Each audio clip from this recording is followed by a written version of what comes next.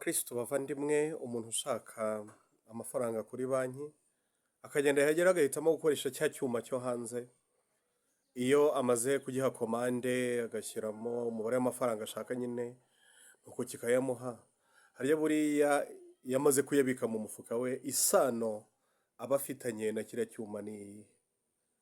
Ese iyo umuntu agiye mu isoko, agiye nko guhaha, ibyo yahaga akaba amaze kubibona, amaze kubishyira, gukora umutwaro nyine, umuhahanwa acyuye mu rugo, ubwo uwo muntu aba agipfana iki n'isoko.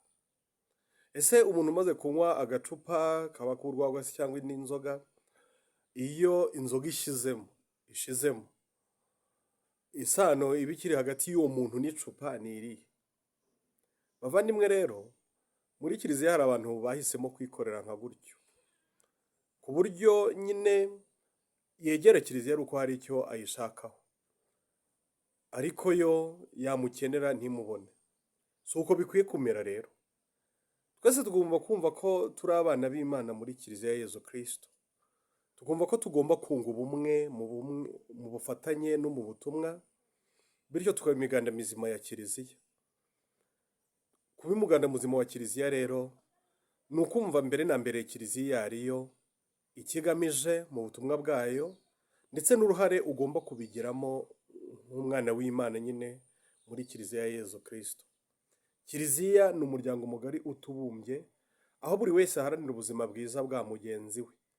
Isi yo ifite imyumvire yo kuvuga ngo iyo amagara yajugunywe hejuru ngo buri wese asamaye, ariko muri kiliziya iyo amagara yajugunywe hejuru buri wese asamaye mugenzi we, maze Yezu we wahisemo kuduhuriza muri uwo muryango agasama yacu twese.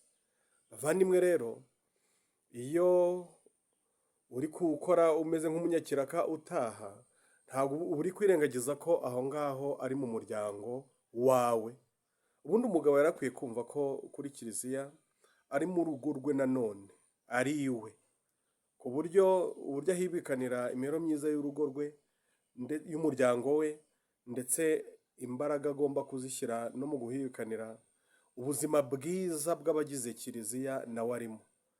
Izo ngabire rero twazihawe zinyuranye, aho buri wese agomba kumenya ize akanazikoresha, kandi ingabire tuzihererwa nyine kugira ngo zigirire abandi akamaro.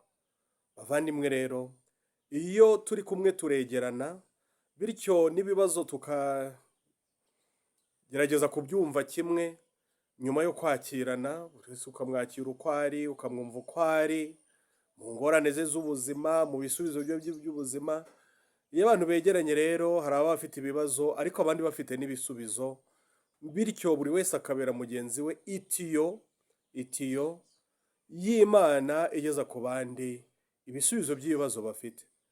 Muvandimwe rero, uririnde utazisanga uri nk'itiyo yazibye kandi we bigizemo uruhare, ku buryo ingabire z'Imana zitakunyuraho ngo zigere ku bandi. Birasaba kubumva no kubakira ndetse no kubakunda, kuko ubaye utabakunda ntiwareka ibyo byiza bitambuka ngo bikunyureho bibagereho, ndetse wakwiheza cyangwa ukabaheza. Kandi kiliziya igendera hamwe ntabwo ari uko nguko ikora. Twese tugomba kumva ko turi mu bwato bumwe, turi abanyantege nke, ariko kandi nanone bagomba gushyira hamwe kugira ngo imihengeri iri n'imivumba iri mu nyanja turimo ariyo si itaza kudutwara, itaza kuturushya imbaraga. Nta n'umwe rero wavuga ko adakeneye mugenzi we, ahubwo twese dushyire hamwe kugira ngo turwanye iyo mihengeri y'ubwoko bugiye butandukanye, nk'uko tugenda duhura nayo mu buzima ndetse no mu butumwa bwa kiliziya. Byose rero tugomba kubikora dukunda uwo muryango utubumbye, tugakunda abo tuwuhuriyemo, nta kindi turebeyeho gusa kuko turi abana b'Imana, kandi Imana ikaba yarifuje ko abana bayo nyine bakunga ubumwe. Ibyo byose rero ni umusanzu, ni umuganda wawe. Buri wese arasabwa kwitekerezaho, agakora icyo twita conversion pastorale. Conversion pastorale ni ukumenya kiliziya ariyo, ukamenya ubutumwa bwayo, ukamenya ababukora n'uburyo bukorwamo, noneho ukamenya n'umwanya wawe, ukavuga uti ngiye noneho ibyanjye ni ibihe. Ibyo byawe numara kubimenya rero, uzabyitangira ubikore kandi mu rukundo, uzirikana akamaro bifitiye buri wese.